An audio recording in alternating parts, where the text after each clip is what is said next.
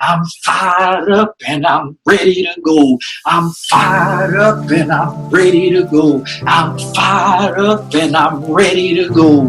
This is the Billionaire Brown experience. Let's go. So, because there was no one in the school that had any experience with fashion, the principal, the board at the school sent us to our art teachers. And they said, if you can work it out and have them, with their advisement, we're for it. We just need someone to oversee this project that you want to do. But they had no idea. They just thought, a few kids, and they just want to put on something. They had no idea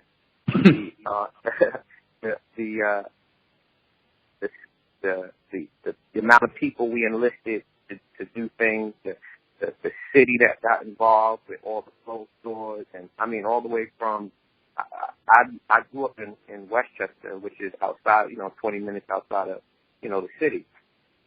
We had stores from downtown Manhattan, Soho, all over, giving us clothes to a bunch of high school students. So it wasn't just a regular, just something we had in our closet. We actually had a full production of clothes from different stores and different donations and things that we enlisted, material that we hung up. I mean, it was really a big. It ended up being a really big ordeal. Okay, now, did the clothing companies, you just said they were giving you guys clothes, just for context, were they giving you guys these clothes, or were they saying, hey, you could use these for the show? Yeah, we were lent clothing. They weren't giving us the clothing, but okay. So yeah, we would have a contract that you had to sign, and I mean all these things we're doing for the first time. So we're literally learning the ins and outs of having to put on rent clothes and put on a production. And it was difficult because you're coming, you're super young. You're talking about 16, 15 years old, and you're asking for expensive clothes. You're asking for someone to trust, that their clothes are going to be seen and other people may want to purchase it. So you have to show your worth by them lending it. It's not, they don't, every store doesn't want to do charity. They want to go, well, what am I getting out of it? So we have to prove a lot to a lot of different stores to be able to get their product into our fashion show. All right, so what grade were you in? This was junior year. All right, so this was your junior year. What year was it for your cousin who you basically, it sounds almost, at least at this point of the story, it sounds like you were kind of an understudy of her because you went to hers and then you took what you learned from hers and you did it for yours. Is that correct? Pretty much, but when there was things that I saw while I was at her fashion show, and I was like, I would do differently. Now, my mind and brain was already working, and I think some of my friends felt the same way. It's like, we could do this, or we could put our own twist on it and not necessarily make it better for what we do, as opposed to what they put on. We were like, we could do this our way, and it would be crazy. And that's kind of how we put our heads together and started figuring out what it is that we were going to do that was going to make it, better. I guess that's the best way I could say it. It's like, how can we make what they did? They did a great job. How can we make?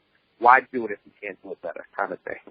I got you. So So you had you put a team together. Yeah. Okay. How many people were in the team, and what were the different jobs that had to be delegated for this to become a success? Oh, you wanna? I gotta think about that. Okay, so I believe it was about 4, maybe 5 of us. And we kind of set it up with responsibilities and, skill set. So we had someone that was in charge of choreography. So we enlisted a dancer because we knew that we wanted to not just walk down the runway, but in intermissions and things, we wanted to do choreographed skits of movement and dance. So that was somebody that was on the team, someone who actually was in a dance school. Okay, so we got a choreographer. Yeah, so we had somebody that was that was doing that. Then we had myself. I played a part in, I guess, every bit of it because I was a lot of brainstorming, and I also was part of the coordination of events and things of that nature. My friend Iman, who you thought was my cousin, we grew up together. She was like a sister to me. She was my gift of gab, so she would come with me I've always been a shopper, and I've always headed out to the city, and I knew all of these places existed. So I just brought her along with me to, sell what we were doing and try to get people interested, basically, into lending us clothes. And then we had two other people that were business, I would say, minded. So it was someone that was kind of like the treasurer, keeping track of, what we needed, how much we needed, things of that nature. All right, that's what's up. So you put together a team. Yeah. And you're still in high school at this point. Are any of these other people that was on the team, are they also all in high school? Yeah, so everybody was a junior that year. We started the summer of our sophomore year. No, it started junior year because the fashion show was in May of our junior year. So we started at the beginning of that year just running around and hustling to try to figure out how before the end of our goal was, by the end of this year, we're going to have a fashion show. Wow. Okay, so at what point did you learn how to walk the runway? I don't know. We just practiced. We went. I never had any. Well, that's not fully true. There was the friend that was my friend Keisha, who was the choreographer at the time. She had a cousin who was in the fashion industry, and I don't remember his name, but he would come and he would help the people that were in the show, the models, with their walks, with their turns. He would give advice and things of that nature. So in high school? Yeah, I try to tell you, we try to go so hard that it was literally almost unobtainable what we were trying to do, and we didn't realize that until after it happened. Wait, how good were y'all passing classes? Like, were y'all grades good? Me, I was in summer school. Obviously I made it through because I made the college, but it was rough for me. But everybody went on to, I don't remember seeing any of the people I was doing the show with in summer school, so probably was just me. But yeah. Yeah, this is crazy that you guys are doing this in high school. So now, this makes a lot of sense. So this is where you basically got a lot of your skin in the game, if you will, in regards to the fashion industry, right? Yeah. Okay, so so now it's the day of this event. Were there any adversity that came up where the show it was possible that the show wouldn't go through? Not that I remember. Things came up that interrupted the coordination of the show. Things, people said that they would do things or give us a certain amount of clothes that we weren't able to get. They backtracked and decided to, instead of 12 pieces, they only wanted to give us 6. So we had to do a lot of, reorganizing. And I even lent clothes out of my own closet for the show to make up for some of those things, and some of the other people as well. Some of the females lent out clothes to the other female models that we thought we were getting. We just made it work. Whatever came up, we just figured it out. See, I'm trying to figure out, how did you guys make this work in your junior and senior high school years? Like, the reason why I'm asking that is because it's very simple. If you go to a fashion school or they have something already in place, you just got to plug into it. I mean, if you have to challenge a concept or a way that they're doing it, that's going to be a little bit difficult, but you're talking about creating a program into a school that it never existed before. Correct. Right? So, like, what was I just asking you? I'm trying to ask you, Yeah, I'm trying to figure out, like, how did you guys do this to be so young?